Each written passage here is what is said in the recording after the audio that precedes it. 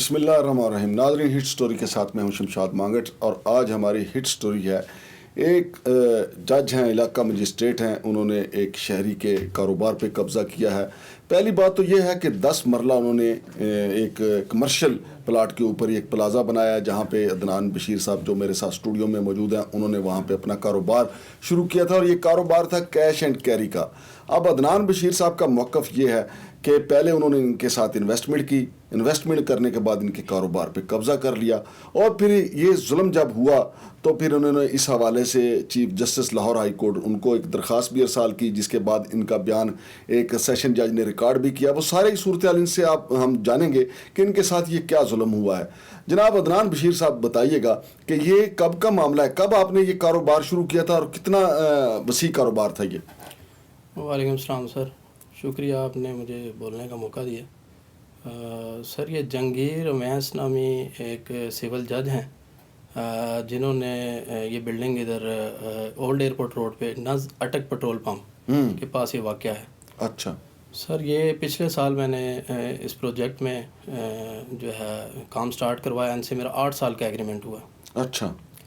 اور جب agreement sign ہو گیا، اس کے بعد انہوں نے جب پروجیکٹ دیکھا کہ بڑی تیزی سے یہ کام کمپلیٹ ہو رہا ہے، میں 2 سے 3 ملین روپیز جو ہیں وہ میں نے 20-30 لاکھ روپے اس پہ انویسٹ کیے ان کے سول ورک کے اوپر.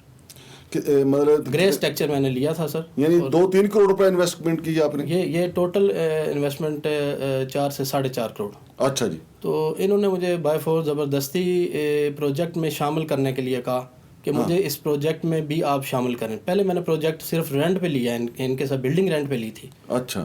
جب میں نہیں مانا تو انہوں نے لیفٹ رائٹ سے مجھے پریشرائز کرنا شروع کر دیا کہ میں پھر آپ کو اس بلڈنگ سے نکال دوں گا، مجھے ساتھ شامل کریں پروجیکٹ میں.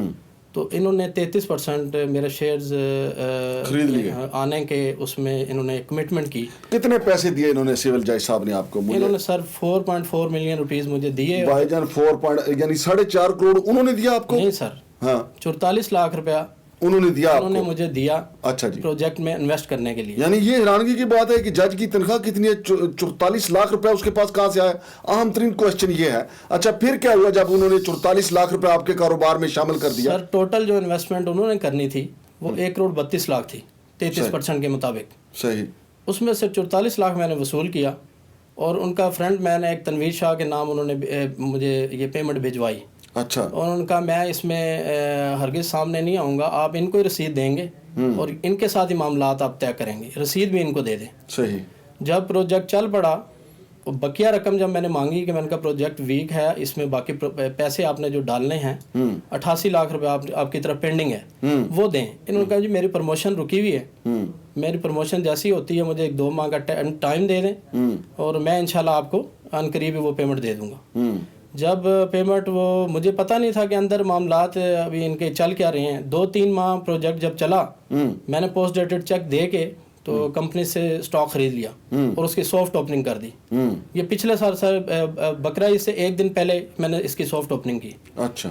جب پروجیکٹ چل پڑا 3-4 ماہ کے بعد میں نے پیمنٹ کا مطالبہ کیا ان سے، تو انہوں نے دینے سے انکار کر دیا اور مجھے کہا کہ آپ اپنا بندوبست کریں، جو آپ کے پیسے لگے ہیں وہ 19-20 کر کے مجھے آپ بتائیں تو میں آپ کو پیمنٹ دیتا ہوں اور پروجیکٹ ہمارے ہینڈ اوور کر دیں. یعنی سارا پروجیکٹ مجھے ہی دے دیں؟ سارا پروجیکٹ مجھے دے دیں. میں نے کہا جی پروجیکٹ تو یہ 4 سے 4.5 کروڑ روپے ہے، تو اس میں پروجیکٹ میں آپ کا 44 لاکھ لگا ہے جو لاسز کی شکل میں ابھی اس کی رقم کم ہو گئی ہے آپ کی پیمنٹ نہ دینے کی وجہ سے. تو پروجیکٹ ویک ہے، اس لیے آپ پروجیکٹ کو آپ پیسے باقی تیار کریں اور اس میں ساتھ شامل رہے ہیں میرے پلس مائنس. پھر آپ کے کاروبار پہ قبضہ کیسے ہوا؟ پھر سر میں نے روٹین کے مطابق پروجیکٹ بند ہوا. میں نے اسی دوران جسٹس ہائی کورٹ لاہور میں بھی اپلیکیشن دے دی کہ کیونکہ انہوں نے میرے آفس میں آ کے شور شرابہ بھی کیا، خود آئے گنڈوں کے ساتھ آئے، اس کی ویڈیو بھی موجود ہے. اچھا. اپنے فرنٹ مین اور 2-4 اور بھی بندے تھے. صحیح. ان کے ساتھ یہ آئے. تو سر انہوں نے کہا کہ آپ کو دفتر سے ملازمین کے باہر نکال دیا جائے گا، آپ کے پاس ٹائم ہے، اس ٹائم میں آپ جو ہے نا خود ہی یہ ہمارے ساتھ معاملات پیچ اپ کریں، نہیں تو میں جو ہے نا یہ اس کو لاک کر دوں گا. وہ میں نے اپلیکیشن کے through justice high court Lahore میں بھی بھیجی، پی ایم پورٹل پہ بھی چڑھائی، اور اس کے بعد ہوا یہ کہ کچھ 1-2 ماہ کا گیپ ڈل گیا.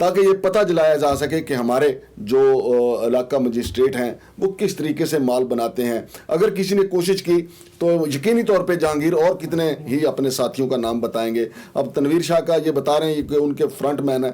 ہر کسی کا کوئی نہ کوئی فرنٹ مین ہوتا ہے, لیکن یہ ایک عمدہ کیس ہوگا اگر اینٹی کرپشن یا FBR نے باقاعدہ اس کے خلاف تحقیقات کا آغاز کیا. تو ہم کوشش کریں گے کہ ان سے جناب عدنان بشیر سے کہ وہ ایک درخواست جو اینٹی کرپشن کو بھی دے دیں, FBR کو بھی دے دیں, کیونکہ یہ معاملہ نجائز اثاثہ جات میں بھی آتا ہے. تو وہاں پہ ان کو یہ ثابت کرنا پڑے گا کہ یہ 10 مرلہ کی کمرشل پلاٹ کے اوپر انہوں نے یہ پلازا کیسے تعمیر کیا. شمشاد مانگٹ کو اجازت دیجیے, اللہ حافظ.